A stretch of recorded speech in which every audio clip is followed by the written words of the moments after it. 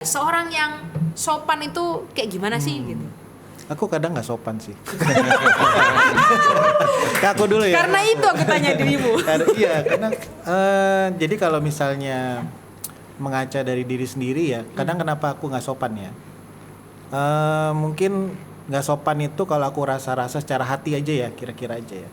Mungkin menganggap diri itu superior atau lebih tinggi dari orang yang berinteraksi dengan kita.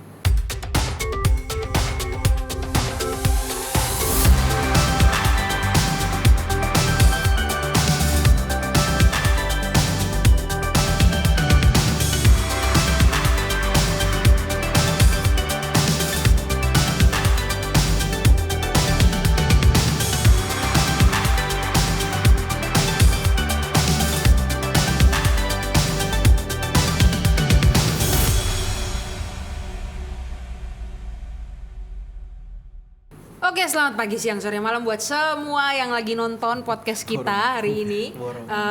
Welcome back to our channel. Jadi kita akan melanjutkan terus perbincangan kita berkaitan dengan banyak hal, tentunya tentang spiritualitas kita. Kita masuk ke ronde kedua. Kalau kemarin khususnya kita bahas soal kriteria penatua. Baru kemarin panas banget itu di episode 9, semoga aku nggak salah. Kita bahas soal salah satu kriteria, yaitu seorang penatua diharapkan bisa menjadi seorang yang bijaksana. Bijaksana itu berarti satu karakter yang harus dimiliki. Dia bisa memutuskan dengan tepat di antara yang kelihatannya tepat, gitu ya, pas. Tapi itu juga harus dimulai dari kehidupannya sendiri, gitu ya. Makanya kemarin kita closing bahwa permulaan hikmat itu penting banget untuk kita dekat sama Tuhan, takut akan Tuhan, hidup di dalam Tuhan, mencoba belajar, ya, belajar untuk melakukan firman-Nya, itu dia, ya, belajar mau dibentuk. Nah, hari ini kita akan masuk ke kriteria berikutnya, masih dengan tamu yang sama pastinya. Tamu yang menyenangkan, kayaknya banyak ngobrol-ngobrolnya sendiri, lempar-lemparan sudah pintar ya. Bisa dilanjutkan terus. Kali ini kita akan masuk kriteria yang berikutnya, yaitu soal sopan. Ya, dicatat aku, seorang penatua itu, ini kita dari Titus ya. Aku lupa Titus apa Timotius waktu ya, kriteria penatua ya. Timotius. Ini Timotius ya. Dari Timotius, dia itu seorang yang sopan. Nah, mungkin dimulai dari, karena kemarin Ko Onil terakhir, nanti Panatan dan terakhir ya. Silakan Ko Onil, menurut Ko Onil ya, seorang yang sopan itu kayak gimana sih gitu? Aku kadang nggak sopan sih. Ke aku dulu ya. Karena itu aku tanya dirimu. Karena jadi kalau misalnya mengaca dari diri sendiri ya, kadang kenapa aku nggak sopan ya? Mungkin nggak sopan itu kalau aku rasa-rasa secara hati aja ya, kira-kira aja ya. Mungkin menganggap diri itu superior atau lebih tinggi dari orang yang berinteraksi dengan kita. Nah, mulai dari hati dulu, terus kemudian baru keluar kata-kata dan perilaku tubuh yang dalam tanda kutip, kalau hatinya udah lihat orang lain rendah, dia akan berkata-kata untuk merendahkan orang lain, dan juga berperilaku, bahasa tubuhnya juga nggak sopan jadi. Gitu, iya. Jadi ngerendahin sebetulnya gitu ya. iya, kalau aku feelku ya itu mulai dari hati dulu sih. Jadi bagaimana kita melihat nih orang yang depan kita nih siapa gitu, identitasnya itu siapa. Kalau udah kita superior terus dia inferior, dia lebih rendah kita lebih tinggi, nah itulah yang menurutku baru mulai masuk ke tidak sopan yang kelihatan ini loh, perkataan sama behaviornya. Oke, mau lempar ke tidak sopan yang mana lagi? Ke orang yang tidak sopan. Ya, silakan orang tidak sopan yang kedua. Panatan mungkin kayaknya. Berarti yang dikatakan Onil berarti sopan itu situasional. Sopan atau tidak sopan itu aku merasa mulai dari hati dulu sih. Nah, nanti kan ya kan yang menilai hati kan. Hati untuk melihat situasi, kondisi, baru kemudian saya sopan, saya enggak gitu. Bukan. Lebih ke arah, misalnya nih saya sama Panatan nih. Sama Panatan misalnya bukan pendeta lah ya. Kayak jemaat biasa. Oh iya, orang biasa saya memang. Terus saya hamba Tuhan nih. Hamba Tuhan. Terus misalnya aktivis lah Panatan gitu ya. Saya dalam hati saya melihat Panatan tuh bawaan saya, bukan partner pelayanan, ngerti ya? Kan bisa jadi gitu kan. Pemimpin rohani bisa nganggap ini bawahan saya, tapi bukan secara hati. Nah, maka itu nanti akan keluar kata-kata sama tindakan saya nggak sopan. Jadi cara melihatnya dulu, Panatan siapa, aku siapa gitu. Ya, bukan soal situasionalnya, betul. bukan. Jadi ketika saya memperlakukan siapa, itu yang menentukan saya sopan atau tidak. Iya, siapa dia di hati kita. Gitu. Saya Itu yang melihat membuat siapa, kita, baru Iya, itu sih. Oke. Nah, Mungkin kemudian orang sopan yang orang sopan kedua. tidak sopan berikutnya. Iya. Jadi kalau saya tuh sopan itu ya karakter yang melekat kepada saya, yang saya belajar. Tetap kayak saya setuju sekali bahwa sopan santun ya itu belajar dari kecil. Ya, ketika dalam masa kecil kita tidak pernah ada ya pola sopan santun yang melekat kepada diri saya diajarkan, maka saya besar akan tumbuh semau gue. Saya nggak peduli ya orang, saya nggak peduli siapapun ya. Saya nggak akan hormat terhadap siapapun. Kenapa? Karena saya nggak pernah diajari untuk hormat. Ya, orang kecil, orang besar, maka ada sekolah-sekolah ya yang mulai booming dulu di Surabaya ya, sekolah-sekolah Kristen ya. Kembali kepada pengajaran-pengajaran sopan santun. Kepada bapak satpam, bapak tukang kebun ya yang rendah ya. Itu kan murid-muridnya kan orang mampu semua kan. Naik mobil semua kan. Setiap kali berjumpa saya katakan, "Pak, selamat pagi. Bu, selamat pagi." Yang diajari keluar dari hati yang sebenarnya saya tuh menghormati kamu. Ya, gitu oke. ya. Nah, kalau pola itu ada, saya kira secara otomatis ya, saya nggak lihat siapapun, ya. Entah itu orang tuh lebih tinggi daripada saya, Kerjanya atau lebih apa? rendah daripada saya tetap hormati. Nah, itu bagi saya itu sopan. Oke. Ya, ya. Oke. Mau lempar ke tidak sopan siapa lagi? Orang yang tidak sopan ketiga? yang biasa di pasar. Ini orang pasaran, orang pasaran. Orang paling sopan. Oh, sopan loh. Jadi- Kalau nggak laku kan. Biar sopan. Silakan Pak Dhani. Kalau dulu waktu masih sekolah China ya, tapi kebetulan saya tidak pernah mengalami itu, atau saya masih mengalami karena saya dulu sekolah di Waing ya, di Malang. di Oh, iya, Malang. siap. Itu sekolah Chinese yang kemudian di Indonesia kan ada tentang budi pekerti, ajaran mengenai budi PPKM. pekerti. Nah itu budi pekerti itu berkaitan dengan SOP, sikap, omongan dan perbuatan. Oke. Disikat sop. Jadi orang itu harus jaga sopnya. Kalau anu kan standar operasional prosedur ya kalau di manajemen ya. Tapi ini sop itu dalam arti sikap, omongan dan perbuatan. Jadi kalau sikapmu tidak baik itu masih belum melanggar hukum. Tapi jangan sikap itu diteruskan ke omongan. Misalnya saya dengan Onil ini ada perasaan tidak seneng misalnya itu kan bisa terpancar dari sikap. Misalnya kalau dideketi ngomong sebentar sudah pergi, itu saya tidak melanggar hukum karena masih sikap. Tapi kalau kemudian sudah koni elek, pesek irungmu, nah itu kan sudah omongan, ya kan? Ini tadi beneran nggak? Memang maksudnya ke arah situ? Enggak. Mancing kok. Gak sopan itu Nah, mau dibilang gak sopan. Itu kan omongan, ya kan? Sudah mengarah ke omongan. Nah, apalagi kalau kemudian pakai main pukul kepalanya dipukul, wah kan goblok kan gitu loh. Itu Coba, kan coba, sudah coba. Dicoba dong Pak. ini nanti melanggar pasal perbuatan tidak menyenangkan. Melanggar Pasal sop. 338 kalau tidak salah ya. Perbuatan tidak menyenangkan. Itu perbuatan. Jadi sikap, omongan dan perbuatan. Jadi kalau masih sikap itu masih bisa ditolerir dalam relasi dalam bermasyarakat. Tapi kalau sudah omongan itu sudah ada jalur hukumnya. Apalagi kalau kemudian perbuatan. Nah, sedangkan sikap itu pun dibagi lagi dari hati dan pikiran. Kita ini bersikap itu diawali dari hati kita dengan Jessica bagaimana? Kalau Jessica ini orangnya lincah, saya seneng. Nah, hati saya sudah seneng, gitu toh. Lalu pikirannya itu positif, otomatis sikapnya itu terpancar dari sikapnya.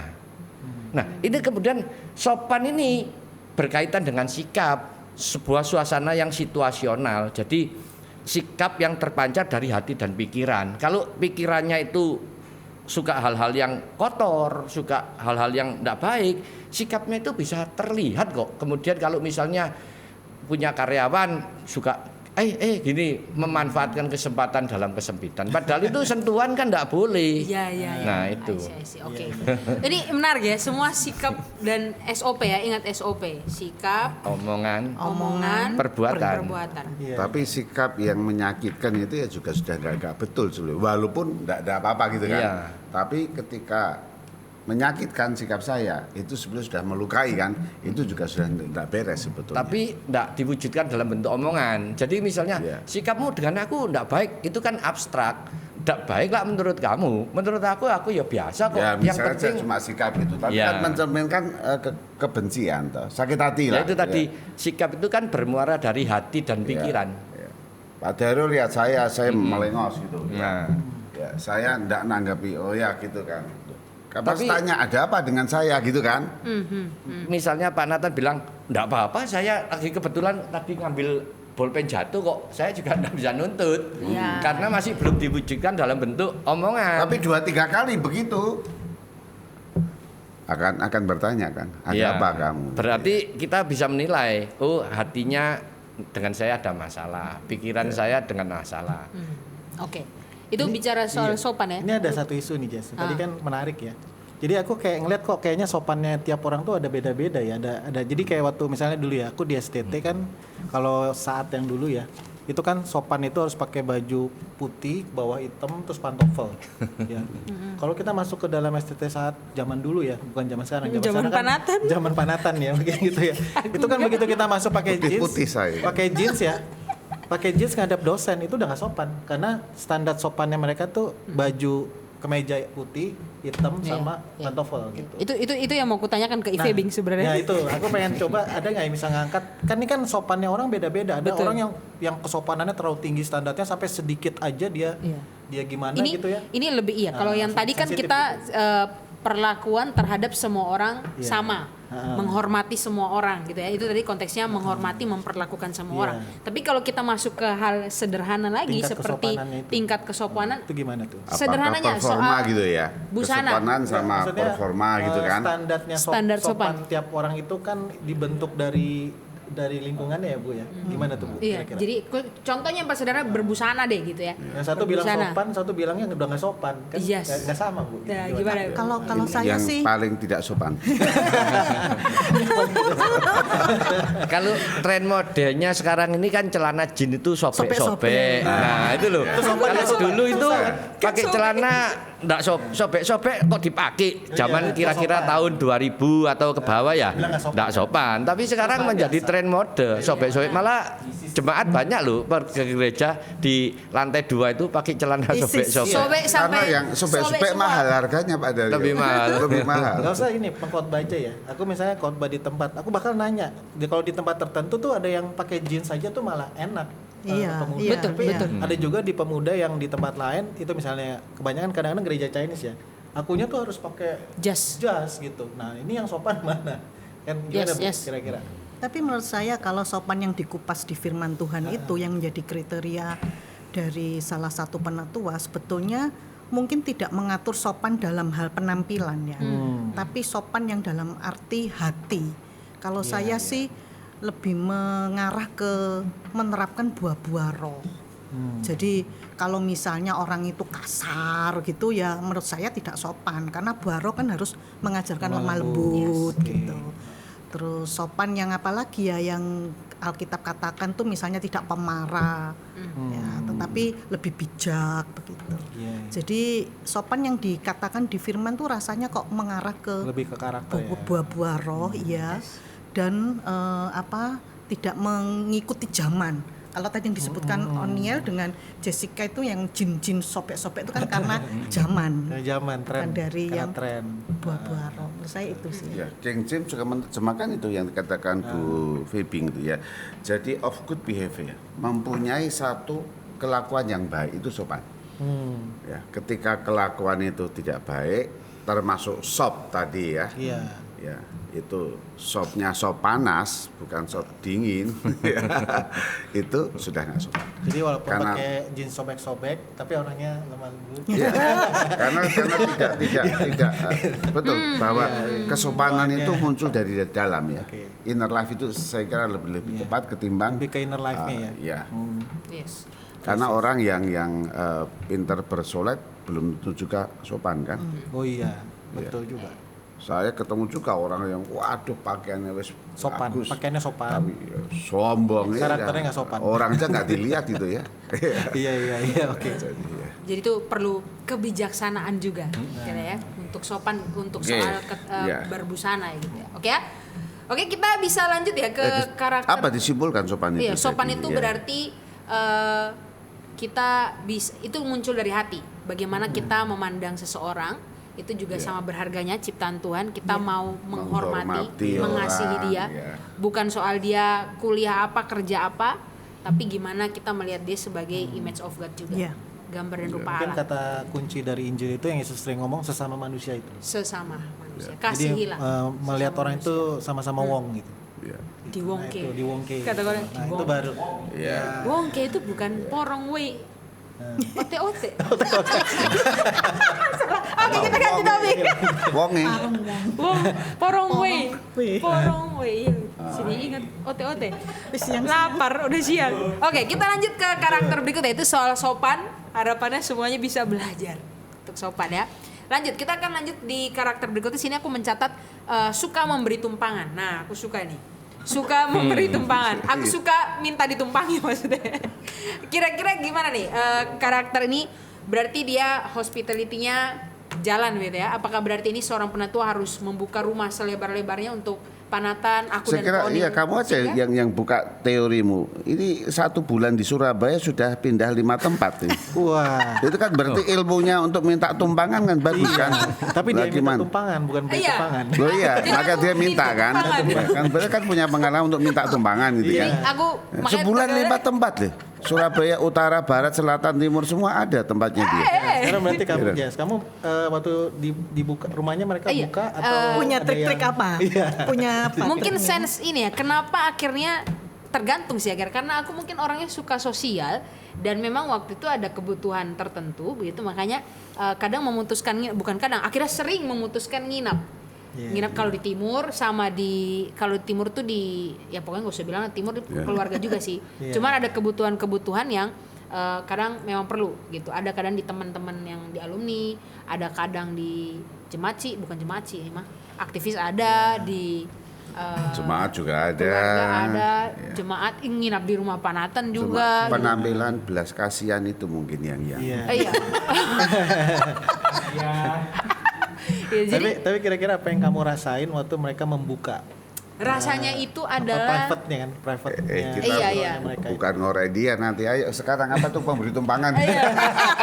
rasanya Moderatornya langsung gitu. rasanya Kita senang lah kerja. di treat Ya. maksudnya ada hal yang bisa kita ngobrolkan secara dalam ketika masuk dalam rumah. Kalau di gereja kan cuma segitu aja. Cuma aku nggak tahu Bisa apakah diterima gitu ya. Yes, apakah ada kaitannya dengan perbincangan kita soal karakter seseorang penatua ini suka memberi tumpangan? Apakah untuk semua jemaat atau ini untuk seperti aku baca di Alkitab untuk Paulus kan? Paulus waktu itu ada ditulis surat ke mana ya, ke penatua siapa, ke cewek pokoknya. Phoebe atau siapa gitu untuk buka rumahmu kalau misalnya Bukan penatua ini datang. Priscilla. Bukan Priscilla. Bukan Priscilla. Iya, pokoknya Priscilla itu. Aquila itu kan Oh, Priscilla Aquila Kan membuka itu, rumah. ya itu juga. Jadi ini nih konteksnya apa nih? Apakah untuk semua jemaat, ataukah untuk orang susah, ataukah untuk hamba-hamba Tuhan, untuk misionaris? Nah ini mungkin bisa di Iya. mungkin Cuma Panatan masalahnya gimana? apakah memberi tumpangan itu masih kontekstual di tengah-tengah zaman ini kan? Iya. Kalau pengertiannya ini ada memang memberikan tumpangan kepada siapa yang membutuhkan. Ada orang asing yang datang, ya kita tidak boleh menolak. Ya. Oh, Kita ingat kalau kita latar belakang Alkitab itu kan kepada Israel. yes. Dan Israel itu adalah semua satu saudara kan, ya. Jadi anak Abraham, Ishak, Yakub semua yang berkembang dari suku semua sampai yang sebenarnya family semua. Nah, ketika ada family datang itu nggak boleh ditolak, nggak boleh ditolak. Oh, I see. Ada latar belakang gitu ya. Tetapi setelah berkembang zaman, dikatakan di sini oleh Clark orang asing pun diterima. Nah, ketika budaya itu ada, ya di Israel, saya kira tuh nggak masalah. Ya.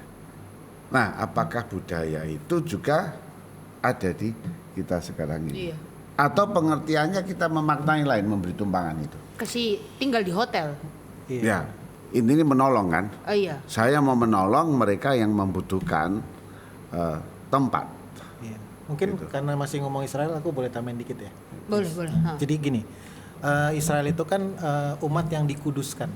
Dikuduskan itu kata kuncinya itu set apart. Jadi Dipisahkan. dipisahkan dari bangsa-bangsa lain. Bangsa lain. Bangsa lain itu kan zaman Israel itu kan lainnya bangsa-bangsa pagan ya. Iya, Bangsa-bangsa penyembah berhala sebetulnya. Jadi waktu ini ada Israel yang udah dibentuk Tuhan, punya culture itu culture ya heavenly culture lah. Ibaratnya culture, mungkin kalau kita ngomong sekarang gospel centered culture atau orang yang benar-benar sudah berbudaya sesuai firman lah ya, gitu ya. Nah, ini kan Israel di set apart. Di sini bangsa berhala. Kenapa mereka memberi tumpangan masuk ke dalam rumahnya? Karena supaya waktu mereka masuk ke dalam rumah, dia buka untuk orang asing masuk ke dalam kehidupannya, supaya orang asing itu melihat culture dari Israel Heavenly ini yang sudah culture. dikuduskan itu. Jadi sebenarnya ini ada unsur missionnya gitu di dalamnya gitu. Mungkin saya ingat gini ya, satu cerita dari di YouTuber itu ada pendeta Yeri ya. Ya. Dia itu bisa menjadi pendeta dan banyak menjadi berkat karena dulu kan dia pecandu narkoba. Nah, karena ada satu orang yang membuka rumahnya. Dia satu keluarga, ada anaknya juga membuka rumah untuk pecandu narkoba gitu. Buat si Yeri ini sehingga dia bertobat. Nah, berarti kan sebenarnya memberi tumpangan itu kita nggak cuma membuka rumah sebetulnya. Intinya adalah membuka kehidupan kita supaya kita bisa masuk Menjadi dalam berkat. kehidupan orang lain, bisa masuk dalam Iya. kita, dia bisa melihat Kristus dalam kita dan gospel dalam kita itu loh. Lebih kayak kita itu menularkan gaya hidup Kristus sebetulnya. Itu. Tapi kitanya sendiri harus jadi murid yang menghidupi gaya hidup Kristus. Kalau nggak ada yang mau ditularin dong.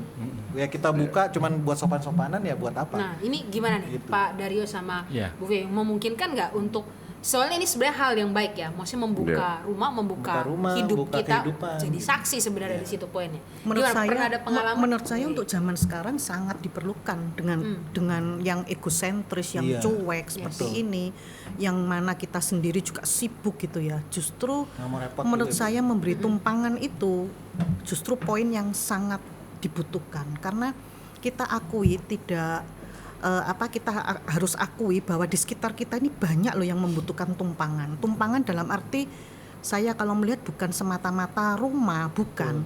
Tetapi misalnya mereka mengeluh, kita dengarkan aja.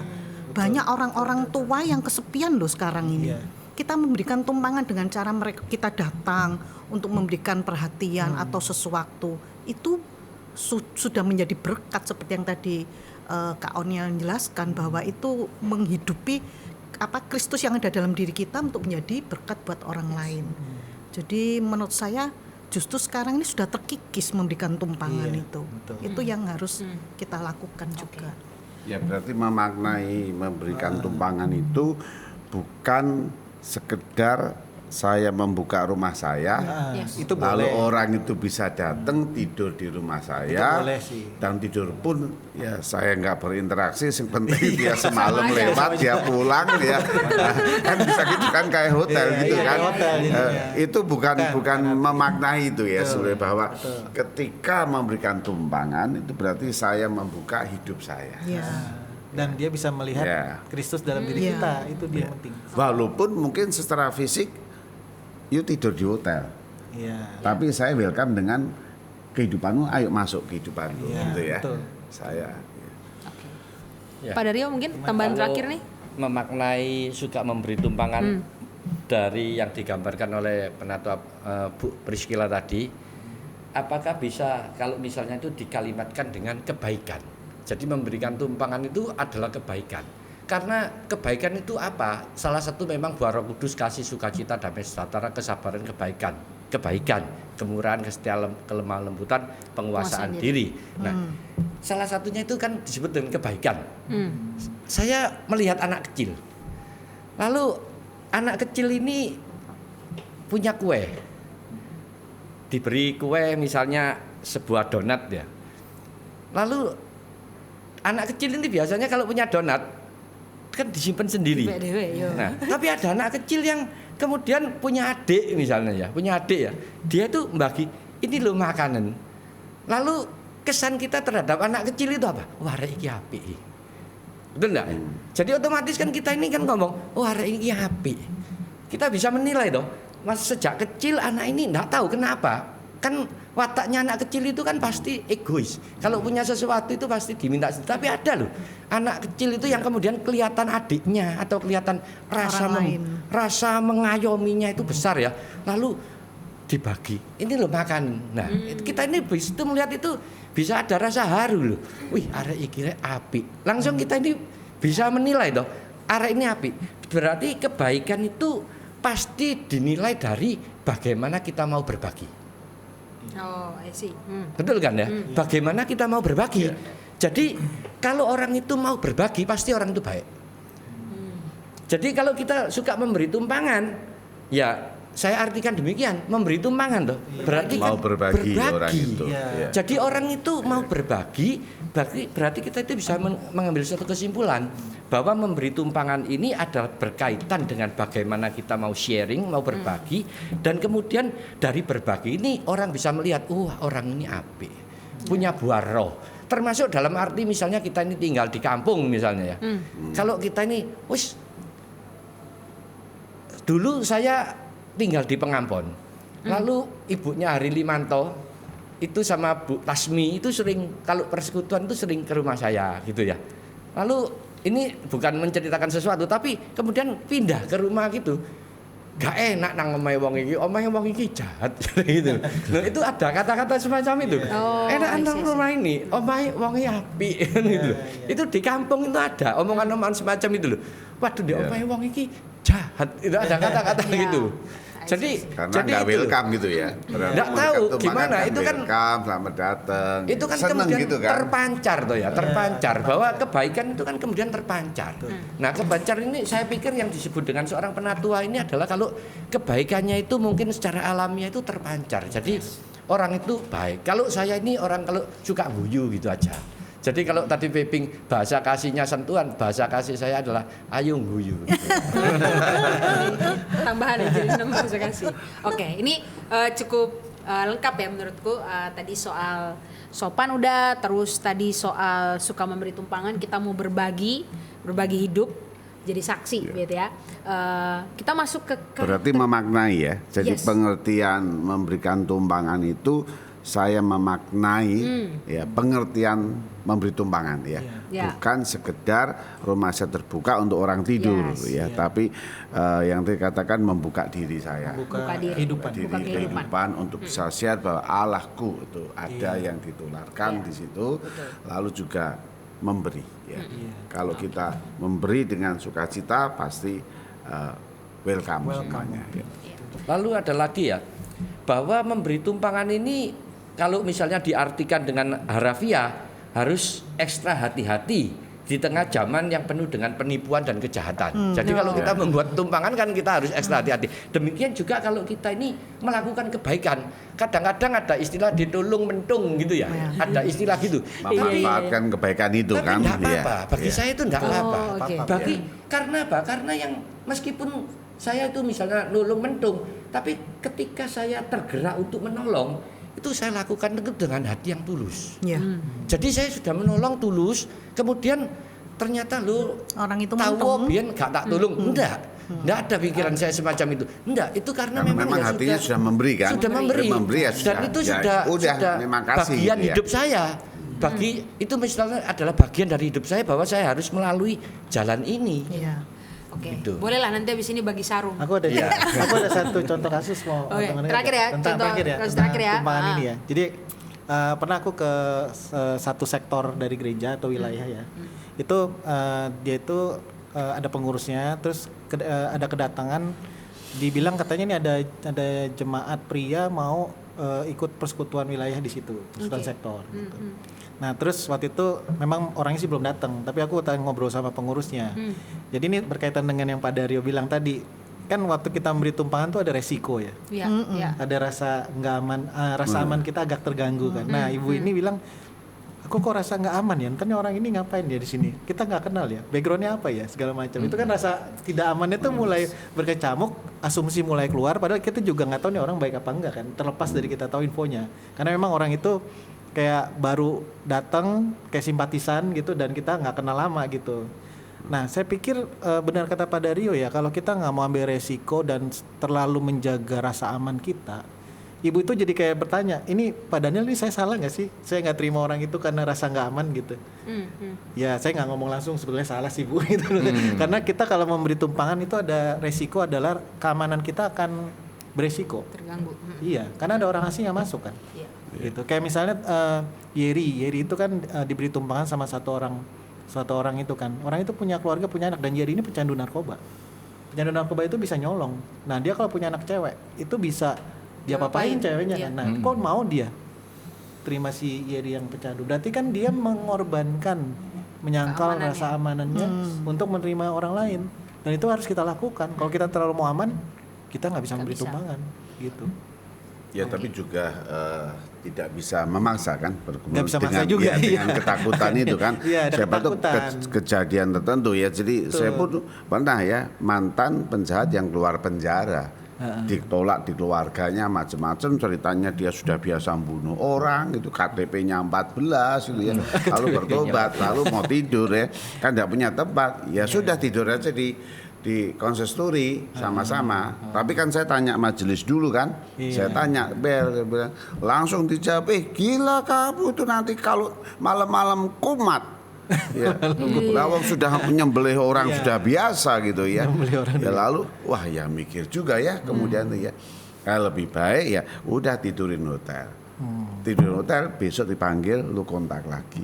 Saya kira itu bijaksana juga kan, bahwa selain ketakutan saya merasa aman, tapi yang penting tadi adalah tumpangan itu apa? Membuka diri, ya kan, membuka kehidupan saya. Tapi tetap ada rasa aman yang perlu disangkal ya. Iya. Tetap ada kan, karena iya, resiko ada, kan. Iya.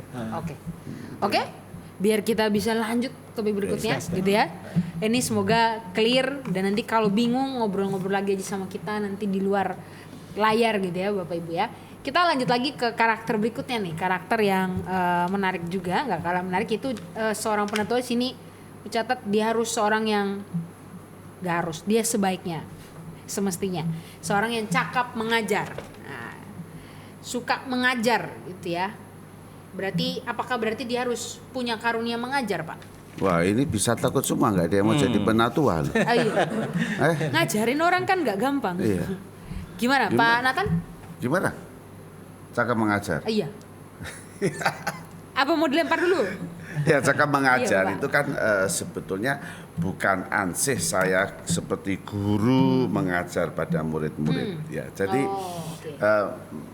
kita melihat setiap kriteria itu lebih bagus kita memaknai saja. Maksudnya itu apa kan? Jadi seorang penatua saya katakan harus, Jessica, harus cakap mengajar. Ya. Kalau dia tidak cakap mengajar, bagaimana dia bisa mengajar orang banyak? Maka kriterianya keluarga kan. Seorang penatua harus cakap mengajar di mana? Di keluarganya. Mengajar itu bukan memberikan sekarang pelajaran 1 2 ada kurikulum, bukan begitu ya. Mengajar di sini adalah mendemonstrasikan realita hidupnya di tengah-tengah keluarganya. Oke. Saya di tengah-tengah keluarganya secara langsung tidak langsung, sadar tidak sadar sebetulnya saya membawa pembelajaran kepada orang lain, istri saya, anak saya dan sebagainya kan. Yang tadi misalnya kehidupan sopan santun, satu saya, hormat saya pada Tuhan, takut saya kepada Tuhan, saat teduh doa saya, semua bagaimana saya memperlakukan orang lain, orang kecil, itu secara nggak langsung saya itu sedang mengajar kepada orang-orang yang di sekitar saya. Ya. Nah, cakap mengajar itu adalah yang bentuk demikian. Nah, kalau saya tidak punya pengalaman cakap mengajar, ya, berarti sebetulnya saya adalah orang yang hidup saya semau saya sendiri. Karena orang tidak bisa meneladani saya kan. Nah orang yang demikian tidak pantas jadi penatua. Oke, itu Itu yang maksudnya, saya memahami cakap mengajar ya. Jadi bukan saya hadir sebagai dosen yang ajarnya enak gitu ya, yang disenangi mahasiswanya ya, termasuk Jess. bukan itu. Iya. Ya. Ngajar adalah sebuah demonstrasi hidup saya ya. Tapi tadi Pak Nathan sempat menyebut gini, wah kalau kriterianya salah satunya suka mengajar, itu juga salah satu kriteria, nanti tidak akan ada penatua. Saya kok berpandangan lain ya Pak ya. Jadi yang calon penatua itu enggak usah repot-repot. Kita majelis itu yang nyeleksi, jemaat yang nyeleksi. Apakah Anda ini sudah termasuk yang cakep mengajar atau tidak? Jadi enggak usah minder, enggak usah takut. Kan salah satu episode yang lalu itu kan salah satu penatua itu kan harus melalui prosedur yang panjang, tidak ujuk-ujuk kan gitu. Jadi setelah jemaat memilih, kemudian masuk surat, kemudian melamar, menggumulkan dan menjawab pun masih dilempar ke jemaat untuk ada aprobasi atau tidak kan gitu. Jadi sebetulnya saya ini salut sama penatua yang ada sekarang. Mereka terutama misalnya yang menjawab iya itu tadi ya. Dalam arti bahwa ketika beliau menjawab iya, artinya kan salah satu bentuk yang dia sudah rela untuk diajar atau suka mengajar.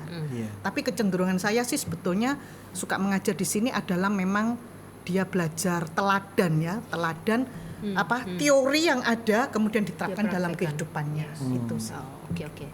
Oke, kalau dari Bapak sebelah kiri saya, sisi kiri. Pak Dario? Oh saya. Pak Dario? Dalam artian cakap mengajar ini dicabangkan menjadi dua ya. Untuk yang keluar dan untuk yang ke Udah dalam. nampak seperti guru ya. Cakap mengajar. Siapa? Cakap sekali. Ya, dalam artian cakap mengajar itu jangan diasosiasikan bahwa kita ini kemudian seperti yang diceritakan seperti ini ya, yang ngajar seperti diceritakan saya bisa mengajar, bukan begitu. Jadi dalam arti kita ini bisa melakukan sesuatu yang sederhana saja, misalnya berdoa misalnya, itu sudah termasuk bagian yang cakap mengajar, yang sederhana saja. Ayo maju pengakuan iman rasuli. Nah itu kan mengajar juga dalam bentuk yang sederhana. Ayo setelah doa persembahan ditutup dengan doa Bapak kami. Nah itu kan juga sebagai bagian yang mengajar. Itu yang sederhana. Lalu juga apa? Selain cakep mengajar itu juga harus yang ke dalam, bahwa kita ini gampang diajari. Atau istilahnya teachable ya, bahasa kerennya itu teachable ya. Bahasa pasarnya itu teachable. Jadi jangan diasosiasikan untuk calon penatua yang baru, wah cakap mengajar itu harus seperti khotbah dan sebagainya. Itu harus dimulai dari yang awal, bisa berdoa. Dan sebaiknya itu, misalnya kalau penatua, ayo Pak XYZ mimpin doa. Wah gak iso aku Pak. Nah jangan sampai begitu. Minimal belajar dalam misalnya sektor, misalnya ayo Pak XYZ ya, penatua misalnya penatua XYZ tutup dalam doa. Ya harus bisa. Jangan sampai kemudian ngomong aku gak iso jo aku. Nah jangan begitu. Karena itu kan harus melalui tahapan-tahapan. Mungkin di awalan enggak bisa. Tapi ada juga yang dulu kalau enggak salah Pak Nonong ya. Itu dicatat loh dia itu. Kalau disuruh doa itu dicatat. Nah, enggak apa-apa, itu kan dalam proses dia itu belajar loh. Pada doa dibaca. Enggak apa-apa pertama-tama, lama-lama kan enggak pakai itu. Lama-lama kan bisa otomatis dengan sendirinya. Lalu juga penatua itu juga mau diajar. Mau diajar itu ada satu idiom yang bagus yaitu istilah degil. Degil itu ya bebal. Itu apa ya, tertutup oleh sesuatu yang tebel sehingga susah diajar. Nah itu memang kalau bisa penatua itu ya jangan seperti itu. Jadi punya sifat yang degil, tebel, dikuandani, wangil gitu loh. Sampai kemudian, nah itu. Jadi dalam kriteria yang saya maksud dengan cakap mengajar yang keluar dan ke dalam tadi, yaitu tadi jangan sampai yang di dalam ini kita ini degil. Jadi tertutup sesuatu, nah itu lawan katanya adalah lemah lembut, bahwa kita ini apa, mudah diajar. Itu kalau ada orang degil nggak bisa diajar, berarti dia nggak cakep mengajar. Implikasi keluarnya gitu. Orang yang cakep mengajar bisa menghancurkan kedegilannya. Karena dia nggak belajar, ya nggak bisa ngajar. Gitu. Tapi berarti apakah penatua ini kan maksudnya mengajar dalam hal kecil ya kehidupan sehari. Tapi apakah berarti dia tidak harus memimpin renungan? Misalnya contoh ya, aku nggak tahu kalau di sektor-sektor kan bukan cuma Ya, di gereja ini, cuma di luar. Nah, bedakan ya, saya setuju men-sharing bedakan renungan. ya. Mengajar itu dalam pengertian kita maknai bahwa dimanapun saja saya berada mengajar. Yang kedua mengajar memang saya punya talenta mengajar. Oh, oke. Nah, ketika saya punya talenta mengajar, talenta berkhotbah ya, talenta liturgos ya, semua ya, talenta mengajar di kateksasi, talenta guru TK ya, macam-macam ya. Itu talenta yang Tuhan berikan untuk saya memang bisa mengajar dengan baik ya. Tapi tetap jangan lupa bahwa yang namanya mengajar, kalau kita ingat apa yang diingatkan oleh Yakobus ya, paling besar tuh dosanya itu kan guru kan. Kenapa guru? Karena yang diomongin nggak dilakukan kan. Nah, mengajar itu apa? Mengajar itu kelakuan yang saya demonstrasikan. Itulah bentuk pengajaran sebetulnya. Oh, oke. Oke, berarti tidak menutup kemungkinan, tapi harapannya semua penatua cakap mengajar dalam hal ini dia bisa mendemonstrasikan, mempraktekkan apa yang dia pikirkan, dia katakan, dia yakini gitu ya. Oke. Konil mungkin ada tambahan di akhir penghujung ini? Oke, aku tambahin sedikit ya. Jadi suka mengajar itu kan intinya mengajarkan kebenaran, kebenaran firman itu intinya kan satu. Jadi kemarin aku baca satu bukunya Timothy Keller ya. Timothy Keller baru meninggal ya kemarin ya. Betul. Jadi bukunya Preaching. Preaching itu kan khotbah. Yes. Khotbah itu kan mengajarkan kebenaran. Tapi ada satu hal yang menarik waktu aku baca buku itu adalah pertama nih aku membahas bentuk cara menyampaikan kebenarannya sama interaksinya nih. Ya. Jadi kalau bentuknya gini, kalau kita nyampein kebenaran itu bisa bentuknya doktrin, sistematik teologi gitu. Jadi kayak misalnya kamu sabar ya gitu ya. Itu kan kayak doktrin itu langsung kan. Tapi kan kalau misalnya satu lagi bisa dalam bentuk kebenaran yang sudah menjadi cerita kehidupan. Gitu. Jadi aku kemarin naik motor loh, disalip orang loh. Tapi Tuhan kasih aku hati yang sabar gitu untuk itu. Itu cerita. Tapi kan yang satu doktrin, tidak boleh marah, sabar. Ini kan cerita gitu. Jadi penyampaian kebenaran itu ada dua gitu. Ada yang sistematik doktrin, tapi ada juga yang langsung ayat gitu. Tapi ada juga yang firman yang sudah menjadi kehidupan dan itu bentuknya narasi dan story. Ini dari segi bentuknya dulu. Nah kemudian waktu kita menyampaikan di buku itu aku terbuka tentang preaching. Jadi gini, ternyata mengajar itu ada 3 tahapan menurut Timothy Keller. Yang pertama itu mengajar di big group, artinya di kelompok massa, itu yang kita bilang khotbah ya selama ini ya. Kedua itu adalah mengajar di dalam circle yang kecil, small group. Nah itu bisa kelompok kecil, KTB, kelompok kecil pemuritan, keluarga kita, ya jadi orang tua mengajar anak, kakak mengajar adik gitu, dalam kelompok yang kecil. Dan satu lagi yang terakhir adalah pada saat kita ngomong satu-satu sama orang, itu juga bisa mengajar kebenaran gitu. One on one, jadi misalnya kita ngomong aja remaja gitu ya, ada 2 remaja, terus yang satu cerita, Tuhan kemarin gini loh, aku begini-begini, aku cerita. Itu udah mengajar kebenaran gitu. Jadi ada tahapan dari yang big group yang secara massal, yang di dalam circle yang kecil, small group, bahkan sampai yang one by one. Jadi sebetulnya semua orang bisa ngajar harusnya. Kalau misalnya di dalam kebenaran itu dia punya kebenaran dalam hidupnya, dia cerita aja sama orang itu sudah Dia mengajar gitu. Jadi jangan dianggap wah jadi penatua harus ngajar. Berarti saya harus khotbah di sektor gitu. Nah itu sangat menakutkan gitu jadinya. Gitu. Jadi kita harus itu lihat yang bisa membuat orang nggak mau kan. itu yang bikin orang nggak mau. Jadi kita harus lihat layernya lebih progresif ya, dari yang big group, small group sampai yang one by one itu. Nah kalau sampai ada penatua memang punya talenta mengajar, nah itu bolehlah disuruh mengajar di sektor atau renungan. Tapi jangan yang talentanya cuma di one by one atau yang circle kecil dipaksa untuk di yang big group gitu. Jadi kita harus lihat juga.